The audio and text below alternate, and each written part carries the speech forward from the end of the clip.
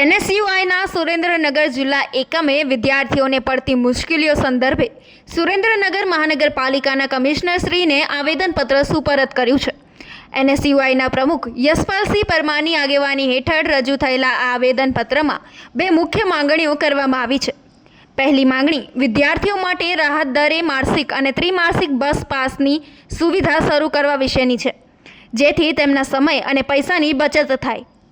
બીજી માંગણી શહેરની સિટી બસોને કોલેજ અને યુનિવર્સિટીના મુખ્ય ગેટ પરના ઊભી રાખવા વિશેની છે, જેથી વિદ્યાર્થીઓને ખાસ કરીને ચોમાસા અને ઉનાળા જેવી ઋતુઓમાં મુશ્કેલીનો સામનો ન કરવો પડે.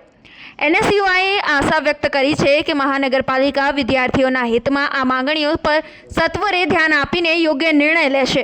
આજરોજ તારીખ 22 સપ્ટેમ્બરના રોજ સુરેન્દ્રનગર એનએસયુઆઈ દ્વારા સુરેન્દ્રનગર મહાનગરપાલિકા કમિશનરશ્રીને આવેદન આપવામાં આવ્યું છે કે સુરેન્દ્રનગર મહાનગરપાલિકાના વિસ્તારમાં જે સિટી બસ ચાલુ થઈ છે તેમાં વિદ્યાર્થીઓને પાસની સુવિધા આપવામાં આવે અને જે કોલેજો છે આપણે સુરેન્દ્રનગર જિલ્લાની તે દરેક કોલેજોમાં એક સ્ટેન્ડ પિકઅપ પોઈન્ટ મૂકવામાં આવે.